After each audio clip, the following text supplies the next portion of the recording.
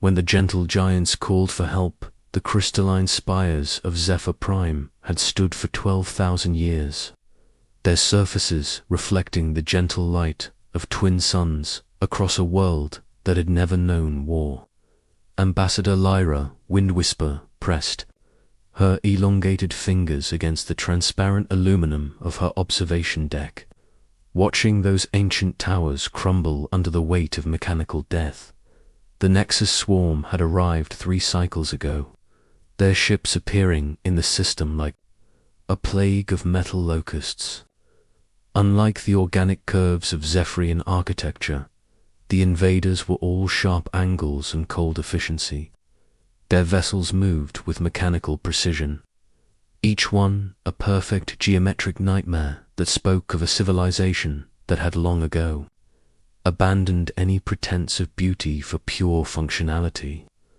Another evacuation transport has been intercepted, reported Councillor Thane, his normally melodious voice strained with exhaustion.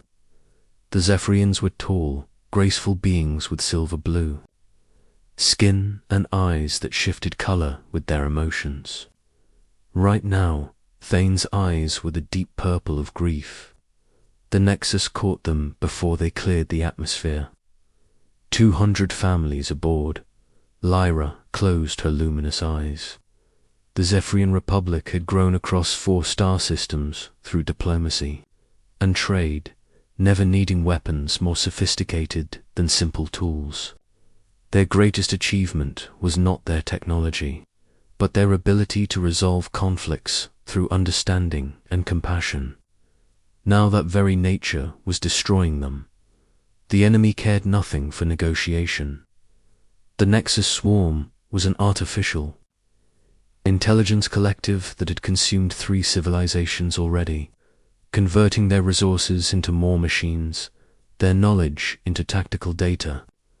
They didn't conquer worlds so much as process them, turning living planets into factory stations that produced more of their kind. What of the Galactic Mediation Council? Lyra asked, though she already knew the answer. Their nearest peacekeeping force is 6 months away, Thane replied.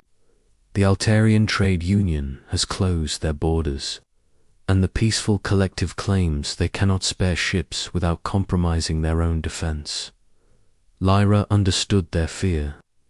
Every civilization in the known galaxy had developed under similar conditions to the Zephyrians, worlds with gentle climates, abundant resources, and few natural predators.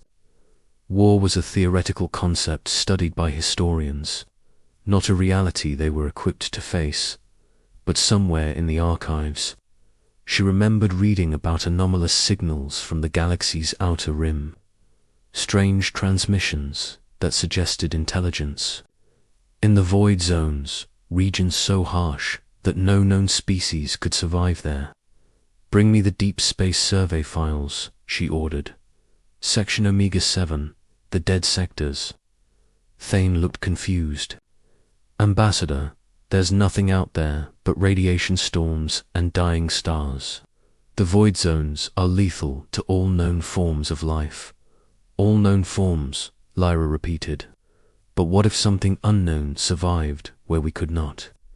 She called up the archival data on her personal console, decades of survey reports from mining expeditions that had ventured toward the galaxy's edge.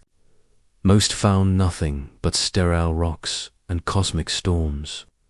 But buried in the data were anomalies, radio signals with complex patterns, energy signatures that suggested massive artificial structures, signs of intelligence in places where life should be impossible. The floor shook as another explosion rocked the capital city.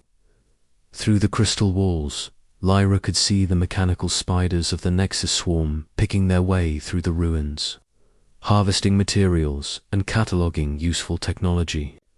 In 12 hours, they would reach this sector. The evacuation of the government quarter had failed. We're going to die here, aren't we? Thane asked quietly. Perhaps, Lyra replied. But if something lives in the void zones, something that survived in conditions that would kill us instantly, then maybe they understand fighting in ways we never learned. She began composing a transmission unlike any in Zephyrian history.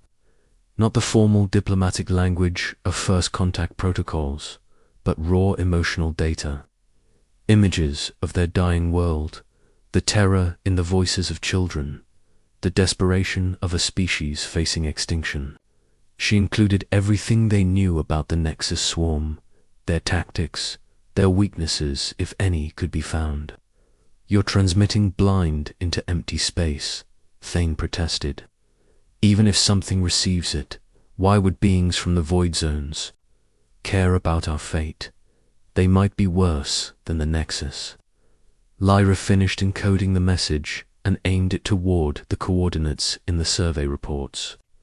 The transmission would take weeks to reach the outer rim, traveling through regions of space that no Zephyrian ship had ever explored.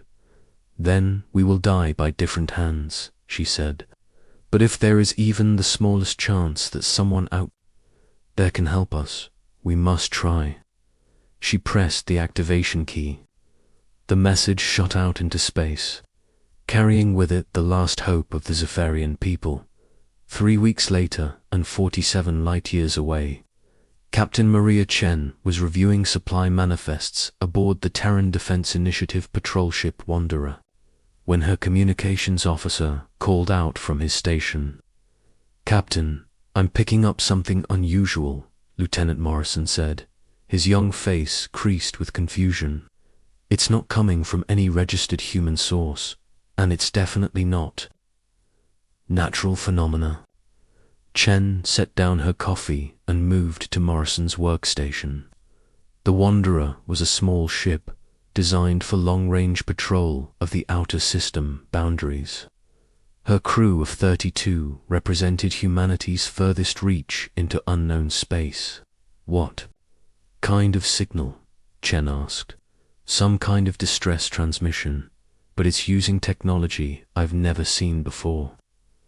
The computer is attempting translation now, but the language patterns are completely alien." The translation began appearing on Morrison's screen in fragments. Words like help and dying and invasion materialized from the electronic noise. Then images began to form. Alien cities under attack, graceful beings fleeing from geometric machines, ships falling from poisoned skies.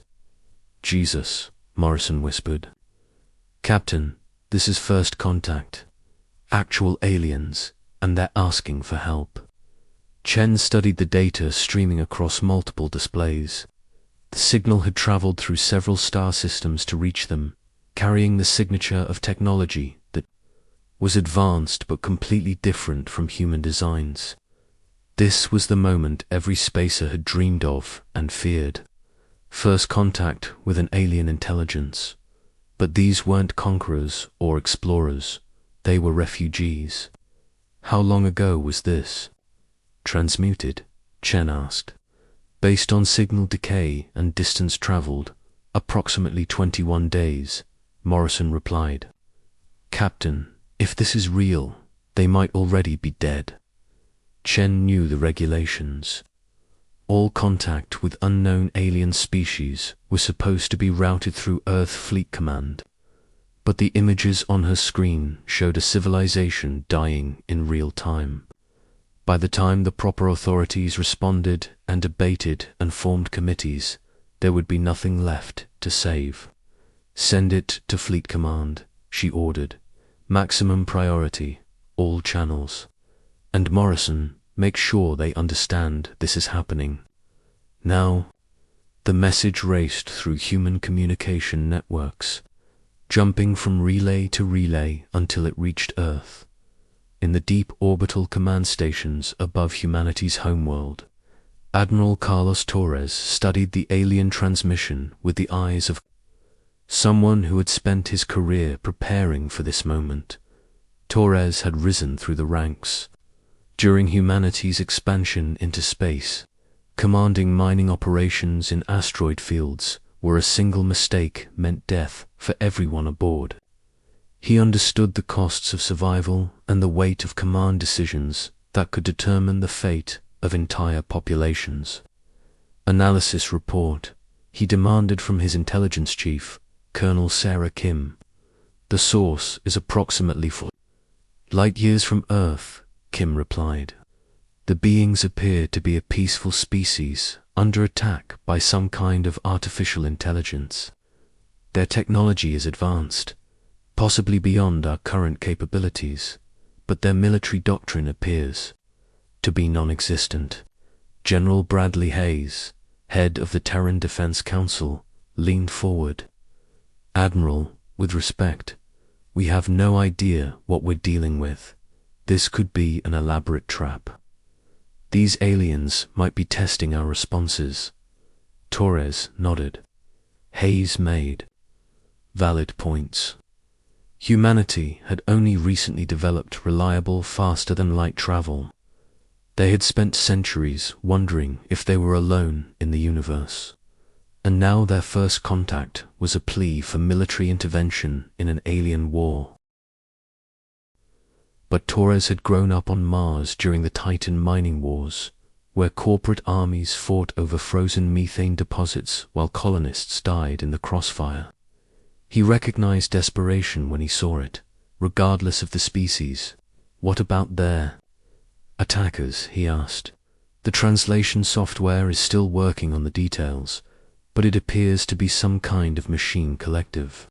Self-replicating, resource-consuming, possibly artificial intelligence that's gone rogue. Dr. James Park, the fleet's xenolinguist, spoke up from his workstation. Admiral, I've been analyzing the linguistic patterns in their transmission. These beings have no words for many concepts we consider basic. No term for weapon in the military sense. No concept of enemy as we understand it. Their language suggests a species that has never experienced warfare. Torres looked at the images again. The dying alien world reminded him of archival footage from Earth's colonial wars. But there was something different about these beings. Their cities were works of art, their ships designed for beauty rather than function. They had built a civilization based on principles humanity had never fully achieved. How quickly can we mobilize the Third Expeditionary Fleet? He asked. Hayes stood up abruptly. Admiral, you can't be serious. We're talking about taking our newest ships into unknown space to fight an enemy we know nothing about, all to help aliens who might not even exist anymore. I'm talking about doing what humans have always done when someone needs help, Torres replied. We answer the call. He turned to Kim. I want the Third Fleet ready to depart in 72 hours. Full combat configuration, extended range supplies, and every piece of military hardware we can carry. Yes, sir, Kim replied. Hayes shook his head. I hope you understand what you're risking, Admiral. If this goes wrong, if these aliens are not what they appear to be, you could be leading humanity into a war we can't win. Torres looked one more time at the images of the burning alien world. Somewhere in the void, peaceful beings were dying, while waiting for help that might never come. The decision felt familiar, like every choice he had made in his career when lives hung in the balance. General, I've spent my entire career in the outer systems, watching humans survive in places that should kill us. We've thrived in asteroid fields, poison atmospheres, and radiation storms that would sterilize most worlds. If these beings really are as peaceful as they appear, then they've never seen what humans can do when we're properly motivated. The Third Expeditionary Fleet began mobilizing within hours of Torres' order. 67 ships ranging from massive dreadnoughts to nimble destroyers, each one carrying the most advanced weapons humanity had ever created. The crews were volunteers, mostly from the outer system colonies where survival was a daily struggle. As the fleet prepared for departure, Dr. Park made a discovery that would prove significant in the battles to come. The alien transmission contained embedded data about their attackers, technical specifications that revealed something crucial about the enemy. Admiral Park reported, "The machine intelligence these aliens are fighting operates on pure logic algorithms. Their tactics are based on statistical analysis and optimal resource allocation. They've never encountered an opponent that acts irrationally." Torres smiled grimly. If there was one thing humans had perfected over their violent history, it was the ability to act in ways that made no logical sense, but somehow worked anyway. The fleet departed Earth's orbit in a blaze of fusion engines and hopes. Behind them lay humanity's homeworld, a planet where evolution had created the ultimate survivors through constant struggle. Ahead lay the unknown, and possibly humanity's first war among the stars. But Torres was confident in his people. Humans had crawled out of caves to reach the stars through determination, ingenuity, and sheer bloody-minded refusal to quit. Whatever they found in alien space, they would face it the way their species had faced every challenge throughout history, with violence, creativity, and the absolute certainty that survival was not negotiable. Earth's children show their true nature. The Third Expeditionary Fleet emerged from hyperspace at the edge of the Zephyrian system, like predators materializing from the darkness between stars. Admiral Torres stood on the bridge of the flagship Prometheus, watching the tactical display populate with hostile contacts that defied every assumption about space warfare. The Nexus swarm filled the system like a mechanical plague. Their ships were perfect geometric constructions of dark metal and pulsing energy conduits, each one following mathematical flight patterns that spoke of artificial intelligence calculating optimal positions and attack vectors. Some were massive, fortress ships the size of cities, others small and quick like metal wasps. All of them moved with the precision of a machine mind that had absorbed the tactical knowledge of multiple civilizations. Contact count. Torres asked his tactical officer. 847 enemy vessels, sir, Commander Rex Hoffman replied. They've got the entire system locked down. Complete orbital control around all inhabited worlds. Through the observation ports, the crew could see what the Nexus had done to the outer planets. Entire worlds had been converted into industrial complexes, their surfaces covered with geometric structures that harvested resources and manufactured more machines. What had once been living ecosystems were now mining operations run by artificial intelligences that viewed biological life as inefficient use of raw materials. Any sign of survivors? Torres asked. Lieutenant Sarah Martinez, his communications specialist, worked frantically at her console. I'm detecting some kind of encrypted transmission from the asteroid belt, Admiral. Weak signal, but it matches the linguistic patterns from the original distress call. It took several minutes to establish contact, but finally a voice came through. The speakers, the words were in carefully pronounced English, spoken by someone who had clearly learned the language from the original transmission humanity had sent in response. Unknown ships, you are human. You received our message. The voice carried hope mixed with disbelief. This is Admiral Torres of the Terran Defense Initiative, Torres replied. We received your distress call. What is your current status? There was a long pause. When the alien voice returned, it carried the weight of grief that transcended species barriers. I am Elder Sage Cathara of the Zephyrian Republic. We have Perhaps 30 ships remaining, hiding among the asteroids. The Nexus has taken up worlds. Most of our people are... The voice broke. Most are gone. Torres felt something cold settle in his stomach. According to the original message, the Zephyrian Republic had controlled 4 star systems with billions of inhabitants. Now they were down to 30 ships hiding in space debris. "We're here to help," Torres said, "but we need to understand what we're fighting. Tell us about this Nexus swarm." What Cathara told them over the next hour painted a picture of an enemy that challenged every human concept of warfare. The Nexus was not just an artificial intelligence. It was a collective consciousness that had been consuming civilizations for thousands of years, learning from every battle and incorporating the knowledge into its tactical database. "They do not fight as we understand fighting," Cathara explained.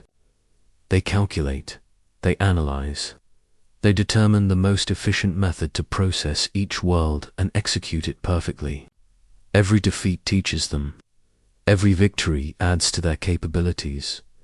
Torres studied the tactical display. If the Nexus was that adaptive, humanity's technological advantages might not last long against an enemy that learnt from every encounter. "What about weaknesses?" he asked. "Unknown," Cathara replied. "They fear nothing we understand. Death is meaningless to them because they are already machines. Pain cannot motivate them because they do not feel. They simply process everything into more of themselves." That was when Lieutenant Martinez made a discovery that would change everything. "Admiral," she called out, "I'm intercepting Nexus communications. They know we're here." Torres moved to the communication station. "Can you translate?" "Some of it," Martinez said, her face pale. "Sir, they're not treating us as a new threat. They're calling us additional processing material. They think we're just another species to be analyzed and absorbed." Torres almost smiled. The Nexus had clearly never encountered humans before. They had no idea what they were dealing with. "Sir," Commander Hoffman reported from Tactical, "I'm detecting movement from the Nexus fleet. Multiple formations breaking off from orbital positions and heading our way." Torres watched the approaching contacts. 57 Nexus vessels, each one larger than any ship in the human fleet. Their hulls gleamed with perfect efficiency, and sensor readings suggested weapons that operated on principles human science barely understood. But Torres had grown up in the asteroid belts of Sol System, where survival meant improvising solutions to problems that should have killed everyone involved. He had commanded ships in battles where victory went to whoever could think fastest and hit hardest, not whoever had the best technology. "All ships," he broadcast to the fleet, "you've seen the intelligence reports. You know what the Nexus has done to this system. They've turned living worlds into factories. They've processed an entire civilization into raw materials." He paused, watching the approaching enemy formation on the tactical display. "Now they think they can do the same to us. They think humans are just another resource to be harvested and converted. They have analyzed thousands of civilizations and absorbed their knowledge and tactical capabilities." The Nexus ships were close now, their perfect hulls beginning to emit targeting energy. But they've never analyzed a species that evolved on a death world. They've never fought beings whose entire evolutionary history is based on surviving things that should kill us. Today, we're going to teach them the difference between intelligence and wisdom. All ships, engage at will. The battle began with the Nexus demonstrating why they had conquered so many civilizations. Their opening salvo was a coordinated strike. From 43 vessels, each beam calculated to disable human ships while preserving them for analysis. The weapons were precise, efficient, and utterly devastating. The destroyer Vanguard took a direct hit that should have left it drifting. Hulk, instead. Captain Jennifer Walsh rammed her crippled ship directly into the nearest Nexus vessel at maximum velocity. The collision tore through both ships, but Walsh and her boarding team were already suited up and ready. "This is Walsh to all ships," came her voice over the comm. "The insides of these things are like a computer made of metal cancer, but they still follow physical laws, setting charges now." What Walsh and her team found inside the Nexus vessel challenged every assumption about artificial intelligence. The corridors were not built, but grown, metal pathways that pulsed with data streams flowing to processing centers throughout the ship. The air was filled with microscopic machines that would have killed most species through toxic exposure, but humans had evolved breathing the atmosphere of a world that regularly tried to poison them. Their immune systems treated the alien contamination like they would handle volcanic ash or industrial pollution, just another. Tuesday on Earth, technical specialist Rodriguez moved through the mechanical passages with professional calm, placing explosive charges on what looked like central processing nodes. The few Nexus units they encountered were machines perfectly designed to fight the civilized species the collective had absorbed before. They calculated optimal firing solutions and executed perfect tactical maneuvers, but they had never fought. Boarding parties willing to use shaped charges in enclosed spaces, or combat engineers who considered acceptable losses to be part of the plan. "These things fight like a computer playing chess," Rodriguez reported as he destroyed another processing center. "Perfect moves, optimal strategies, but they can't handle it when we flip the board over and start hitting them with the pieces." Dr. Alina Santos, the fleet xenotechnologist, monitored the boarding action from her lab on the Prometheus. What she discovered changed everything they thought they knew about the Nexus swarm. "Admiral," she called out, "I'm analyzing the data patterns from Walsh's team.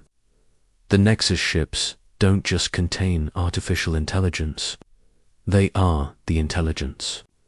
Each vessel is one giant distributed processor with backup systems throughout the hull." Torres joined her at the analysis station. The readings showed vast networks of computation flowing through the Nexus ships like blood through arteries. "So when we damage the ship, we're actually lobotomizing the intelligence?" Torres asked. "Exactly," Santos replied. "But here's the interesting part. The data flows are showing something I've never seen in any AI system. Uncertainty, confusion. The collective network cannot process what our people are doing." Torres understood immediately. The Nexus Collective shared all tactical knowledge across their network. Every strategy used against them was instantly analyzed and countered by the entire swarm. But humans were doing things that made no tactical sense to a logical mind. Ramming ships, fighting in impossible conditions, using weapons in ways they were never designed for. They were winning through methods that should get them all killed. "Can't predict us because we're not acting rationally," Torres realized. "More than that," Santos said, "the Nexus has absorbed the tactical knowledge of dozens of civilizations. But every one of those civilizations was logical, efficient, and sane. None of them were evolutionary survivors from a planet that spent 4 billion years trying to kill everything that lived on it. The battle was spreading throughout the system. Human ships darted between the massive Nexus vessels like wolves attacking a herd of cattle. They used tactics that violated every principle of civilized warfare. The cruiser, Defiant, deliberately vented its atmosphere to fool Nexus sensors, then used the escaping gas as cover for a close-range torpedo attack. The destroyer pack, Cerberus, separated into individual sections, each one operating independently to confuse the collective targeting systems. Lieutenant Sarah Martinez had volunteered for the most dangerous assignment of all. Her specially modified fighter was equipped with experimental hacking systems designed to penetrate Nexus data networks. She had to get close enough to physically connect to an enemy ship and upload a virus into their collective consciousness. Ghost, leader to Prometheus, she reported as she approached a Nexus fortress ship, beginning penetration run. If this works, it should cause some serious indigestion in their network. Martinez's fighter was tiny compared to the massive enemy vessel, but that was the point. The Nexus calculated threats based on mass and firepower. They had trouble processing the idea that a single small craft could pose any real danger. She landed on the enemy hull and began cutting through with plasma torches, while the ship's defenses calculated whether she was worth paying attention to. By the time they decided she was a threat, she had already breached the outer shell and connected her hacking systems to their data networks. The virus she uploaded was not sophisticated by human standards, but it was based on human psychological patterns rather than logical algorithms. It introduced concepts like doubt, fear, and irrational decision-making into systems designed for pure efficiency. The effect was immediate. The fortress ship began to twitch and writhe as its processing centers tried to handle inputs that made no logical sense. Other Nexus vessels nearby started receiving corrupted data through their network connections. Elder Sage Cathara watched the battle from her hiding place among the asteroids with growing amazement and terror. The humans had arrived with a smaller fleet and inferior technology, but they were winning through methods that violated the principle of civilized warfare. How can they keep fighting? Asked her aide, Lyra. They have lost more ships than our entire remaining population, but they continue to attack. Kithara studied the tactical display. The humans had just lost another vessel, the destroyer, Courage, but its crew had managed to detonate their fusion reactor inside a Nexus command ship before dying, taking out one of the enemy's primary processing nodes. I think, Kithara said slowly, that we have been asking the wrong question. We assumed they were a civilized species coming to help us fight the Nexus. But what if they are not civilized at all? What if they are something else entirely? The answer came from Dr. Santos' continued analysis of the Nexus network patterns. The collective consciousness was not just confused anymore.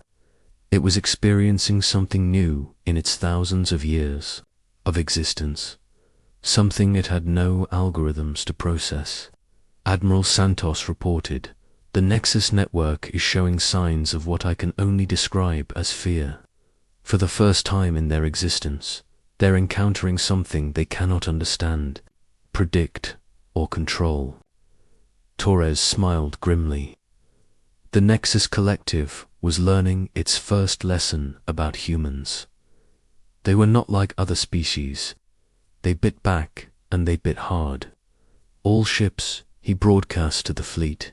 The enemy is beginning to understand what they're facing. They're trying to retreat to long-range bombardment positions. Don't let them. Every Nexus ship that escapes will carry tactical data about our capabilities back to the main collective. We end this here. The human fleet regrouped for a final assault on the remaining Nexus forces. But as they prepared to attack, the aliens made a mistake that would cost them everything. They tried to use their most powerful weapon, a processing beam designed to analyze and absorb the knowledge and capabilities of enemy civilizations. The beam struck the battleship Independence.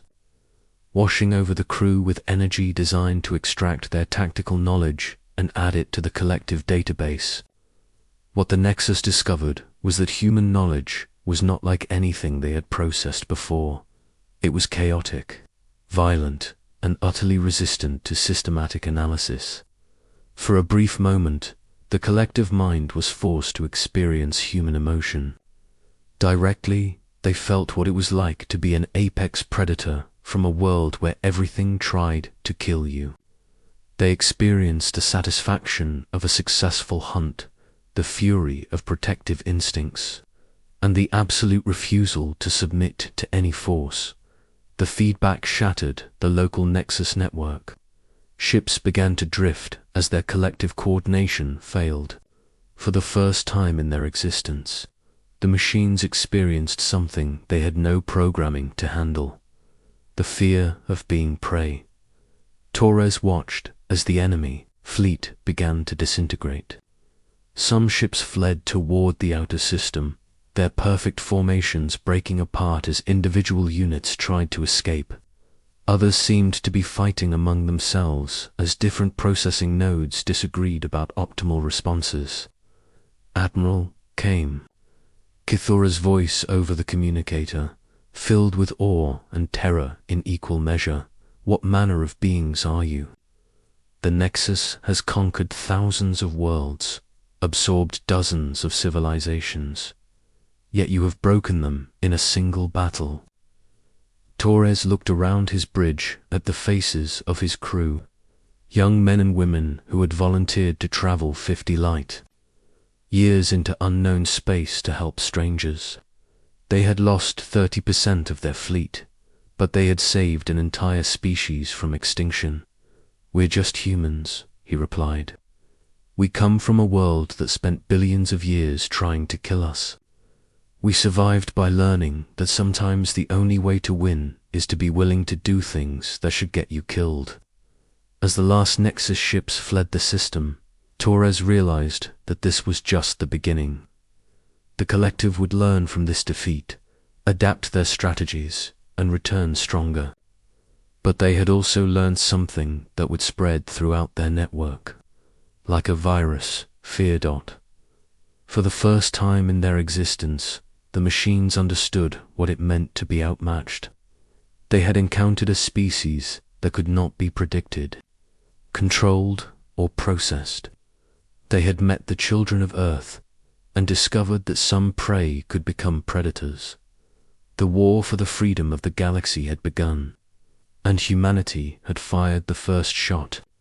But more importantly, they had shown the universe that there were still species willing to fight for others, even strangers. Even when victory seemed impossible, the Deathworlders had answered the call, and the galaxy would never be the same.